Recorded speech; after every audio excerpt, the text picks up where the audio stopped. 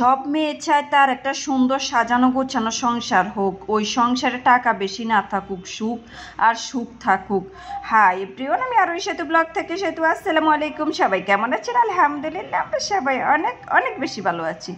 এই তো সকালবেলা মেয়েটাকে দিয়ে এসে তারপরে নাস্তা করে নিয়েছি, তারপরে এই তো ঘরের কাজে পড়েছি। তারপরে এই তো এইখানে আজকে আমি ভালোভাবে আমার খাটটা মুছে নিব। অনেকক্ষণ লাগিয়ে খাটটা মুছে নিয়েছি। প্রত্যেক দিন কিন্তু একইভাবে আমি শুকনো তেনা দিয়ে মুছে নিই, আলগা পরিষ্কার করে নিই। আজকে একটু ভালোভাবে মুছে নিচ্ছি, পরিষ্কার করে নিয়েছি। হাতেও একটু সময় আছে আর আজকে শরীরটাও ভালো লাগতেছে আর কি। আর এই তো খাটটা মুছে নিয়েছি, খাটের মানে মাথার দিক দিয়ে ওই দিক দিয়ে মুছে, তারপরে এই তো সাইড টেবিলটা মুছে, তারপরে পায়ের এদিকে মুছে নিচ্ছি খাটের। এই তো ভালোভাবে মুছে পরিষ্কার করে এর মধ্যে আমি ভাত বসিয়ে দিয়েছি চুলায়। তারপরে এদিকে ফার্নিচারগুলো মুছে নিচ্ছি। তারপরে এই তো খাটটা মুছা শেষ। এখন আমি ড্রেসিং টেবিলটা মুছে নিব। ড্রেসিং টেবিলটাও ভালোভাবে মুছে নিব, একইভাবে ভালোভাবে মুছে পরিষ্কার করে আমি সিলিং ফ্যানগুলো মুছে নিয়েছি ওইটা অফ ক্যামেরাতে। তারপরে এই তো টেবিল ফ্যানটাও মুছে নিচ্ছি, মুছে তারপরে বিছানাটা গুছিয়ে নিব। বিছানাটা গুছিয়ে নিব।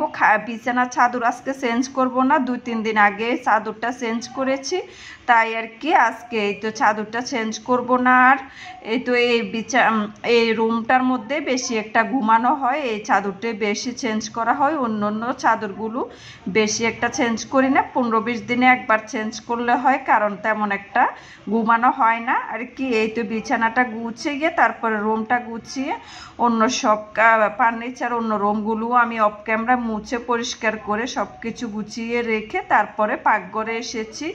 তারপরে এই তো আমার ভাতটা রান্না করা শেষ। ভাতটা আমি মার গেলে ছেঁকে নিচ্ছি, এখন ভালোভাবে ছেঁকে তারপরে আমি রান্নাটা বসিয়ে দিব।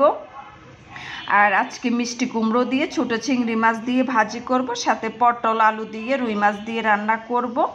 এই তো আমি ভাতটা ছেঁকে রেখে তারপরে আমি এই তো একটা ফ্রাই প্যান বসিয়ে দিয়েছি। আর আমার এই ফ্রাই প্যানটা নষ্ট হয়ে গেছে আর কি।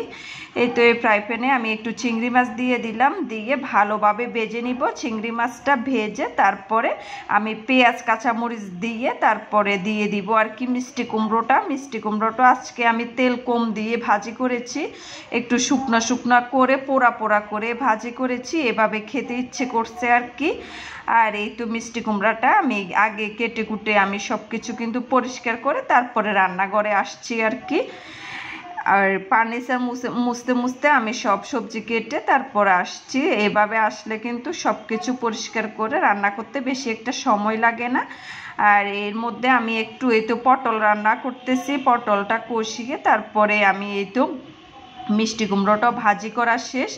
এখন একটু বেড়ে নিব একটা প্লেটে, বেড়ে তারপরে রেখে দিব টেবিলে। আর এই তো এখানে রুই মাছ দিয়ে পটল দিয়েও রান্না করা শেষ। সবাই ভালো থাকবেন, সুস্থ থাকবেন, আমাদের জন্য দোয়া করবেন। আল্লাহ হাফেজ।